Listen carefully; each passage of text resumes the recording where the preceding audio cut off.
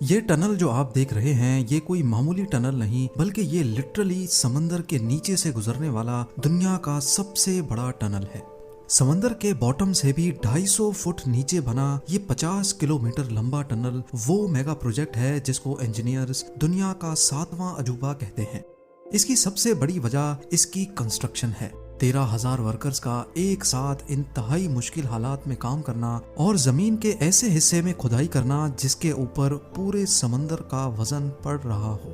ایک چھوٹی سی بھی غلطی اس ٹنل کو پانی سے بھر کر انسان اور مشین دونوں کو ہمیشہ کے لیے دفن کر سکتی ہے، اور وہ بھی صرف چند سیکنڈز میں۔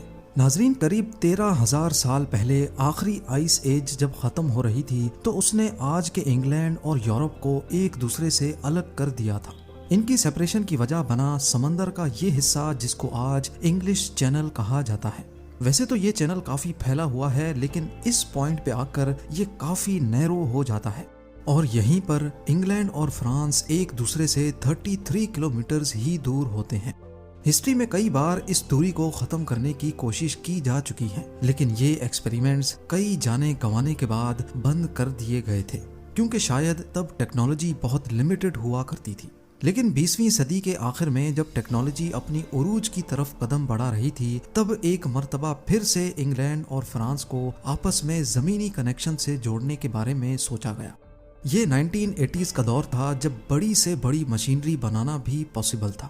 مشین کے علاوہ ایک اور چیلنج بھی تھا اور وہ تھا انگلینڈ کو منانا۔ جی ہاں، انگلش چینل کے ٹھنڈے پانی نے ہمیشہ انگلینڈ کو دشمنوں پر بھاری ہاتھ دیا ہے۔ نیپولین سے لے کر ہٹلر تک انگلینڈ کے کئی دشمنوں نے اس پر قبضہ کرنے کا پلان بنایا، لیکن وہ انگلش چینل کی سخت کنڈیشنز ہی تھیں جس نے انگلینڈ کا پلڑا ہمیشہ بھاری رکھا۔ ورلڈ وار 2 میں ہٹلر نے تو فرانس کے کیلے نامی گاؤں سے ایک انڈر واٹر ٹنل کھودنے کا سیکرٹ پروجیکٹ بھی لانچ کیا تھا تاکہ انگلینڈ پر قابو پایا جا سکے، لیکن یہ پروجیکٹ کبھی شروع ہی نہیں ہو سکا۔ خیر، ہٹلر کے مرنے اور ورلڈ وار 2 کے بعد یورپ میں بہت تبدیلی آنا شروع ہو گئی۔ بزنس بوم کرنے لگا اور ہر طرف خوشحالی ہی خوشحالی تھی۔ فرانس اور انگلینڈ جو کبھی دشمن تھے انہوں نے انگلش چینل کے ذریعے ٹریڈ کرنا شروع کر دیا۔ وقت گزرتا گیا اور 1986 میں ان دونوں دیشوں نے ڈیسائیڈ کیا کہ اب اس رکاوٹ کو ہٹا کر انگلینڈ کو یورپ کے ساتھ کنیکٹ کر دیا جائے۔ انگلینڈ میں اس ڈیسیژن پر کافی پروٹیسٹ ہوئے کیونکہ کئی لوگوں کو انگلینڈ کی اس آئیلینڈ سلطنت پر بہت فخر تھا۔ کئی مہینوں کی لمبی ٹاکس کے بعد دونوں دیشوں نے فائنلی ایک انڈر سی ٹنل بنانے کا ایگریمنٹ کر لیا۔ اس کو چینل ٹنل کا نام دیا گیا جس کو اکثر لوگ یورو ٹنل بھی کہتے ہیں۔ ایگریمنٹ میں یہ طے پایا تھا کہ انگلینڈ اور فرانس کی ٹیمز اپنی اپنی سائڈ سے ٹنل کھودیں گی اور دونوں ٹنلز سینٹر پوائنٹ پہ آ کر کنیکٹ ہوں گے۔ یہ پروجیکٹ شروع ہونے سے پہلے ہی ایک بہت بڑا فیلئر لگ رہا تھا۔ سمندر کے نیچے قریب 38 کلومیٹرز لمبا ٹنل بنانا یہ کوئی ایسا ٹاسک نہیں تھا جس کو کوئی ایک انجینئرنگ فرم بنانے کی ہمت کرتی۔ آخر کار یہ طے پایا کہ 10 انجینئرنگ فرمز اس پروجیکٹ کو ایک دوسرے کے ساتھ کولیبریٹ کر کے کنسٹرکٹ کریں گی۔ چینل ٹنل کا ڈیزائن بننے سے پہلے یہ جاننا ضروری تھا کہ ٹنل میں کون سی ٹرانسپورٹ چلے گی اور یہ شروع کہاں سے ہوگا اور ختم کہاں پر۔ میوچول انڈرسٹینڈنگ سے یہ طے پایا کہ ٹوٹل 3 ٹنلز بنائے جائیں گے جس میں انگلینڈ اور فرانس کے درمیان ریلوے لوپ چلے گا۔ اس کا ایک ٹرمینل فرانس کے شہر کیلے جبکہ انگلینڈ میں فوک سٹون پر دوسرا ٹرمینل ہوگا۔ ٹنل کی ٹوٹل لمبائی 56 کلومیٹرز ہوگی جس میں سے سمندر کے نیچے والا پارٹ 38 کلومیٹرز لمبا ہوگا۔ 1986 میں جا کر فائنلی چینل ٹنل کی کنسٹرکشن سٹارٹ کر دی گئی۔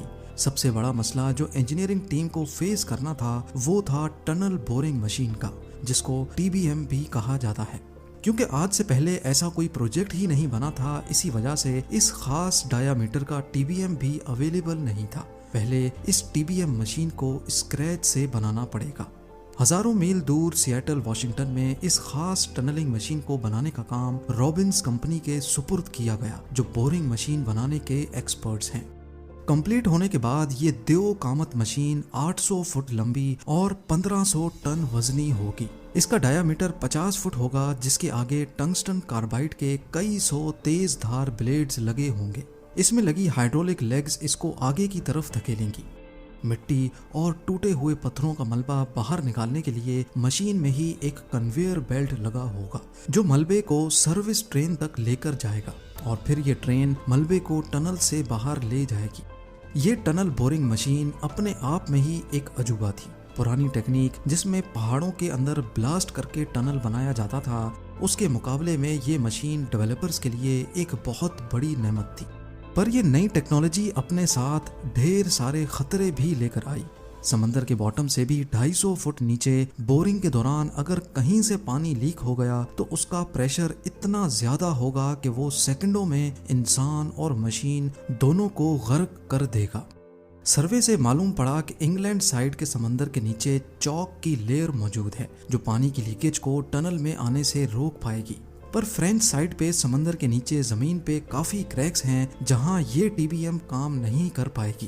اس کے لیے الگ سے ایک نئی ٹی بی ایم بنانے کا فیصلہ کیا گیا جو ٹنل بورنگ کے ساتھ ساتھ ایک سب مرین بھی ہوگی۔ یہ پانی کا اتنا پریشر برداشت کر پائے گی جتنا ورلڈ وار 2 کی سب مرینز کر پاتی تھی۔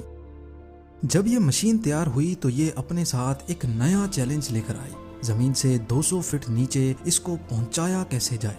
اس کام کے لیے مشین کو ڈس اسمبل کیا گیا اور ایک ایک پیس الگ سے نیچے پہنچایا گیا۔ اس کو زمین کے اندر جا کر دوبارہ سے اسمبل کرنا تھا جس میں کئی مہینے اور لاکھوں ڈالر کا خرچہ لگ گیا۔ پروجیکٹ کو اسٹارٹ ہوئے 2 سال گزر چکے تھے۔ 1988 میں فائنلی دونوں سائڈوں پہ کھدائی کا کام شروع کر دیا گیا۔ مٹی اور پتھروں کے ملبے کی اتنی زیادہ کوانٹٹی کو ڈسپوز آف کرنا بھی اپنے آپ میں ایک بہت بڑا ٹاسک تھا۔ ایک دن میں یہ مشین 750 اسکوائر فیٹ پتھروں کو کاٹ رہی تھی اور صرف 1 گھنٹے میں 2400 ٹن جتنا ملبہ جمع ہوتا جا رہا تھا۔ انگلینڈ والی سائٹ پر اس ملبے کو فوکسٹون اور ڈوور کے بیچ میں شیکسپیئر کلف کے نیچے ڈال کر سیمفائر ہو نامی یہ کنٹری پارک بنایا گیا تھا اور اسی وجہ سے ہی یہ کوسٹل لائن سے تھوڑا باہر نکلا ہوا ہے۔ فرینچ سائٹ سے اکٹھا ہونے والا ملبہ کیچڑ کی فارم میں تھا جس کو سینگیٹ کے قریب فون پیگین ویلی میں ڈال کر ایک آرٹیفیشل لیک بنائی گئی۔ ایک طرف اتنا زیادہ ملبہ ٹنل سے باہر نکالا جا رہا تھا تو دوسری طرف اندر لے کر جانے والا سامان بھی کافی زیادہ تھا۔ جیسے جیسے ٹی بی ایم بور کرتا جا رہا تھا اسی اسپیڈ سے لوز راک اور چاک کی لیئر کو سیل کرنا بھی بہت ضروری تھا، کیونکہ اگر اوپر سمندر کے پانی نے ٹنل کا راستہ بنا لیا تو پھر اس کو روکنا ناممکن ہوگا۔ اس کام کے لیے ٹنل کی سائز جتنے گول کانکریٹ سلیبز فٹ کیے جا رہے تھے، یہ کانکریٹ نیوکلیئر پلانٹس میں لگنے والے کانکریٹ سے بھی زیادہ مضبوط ہے۔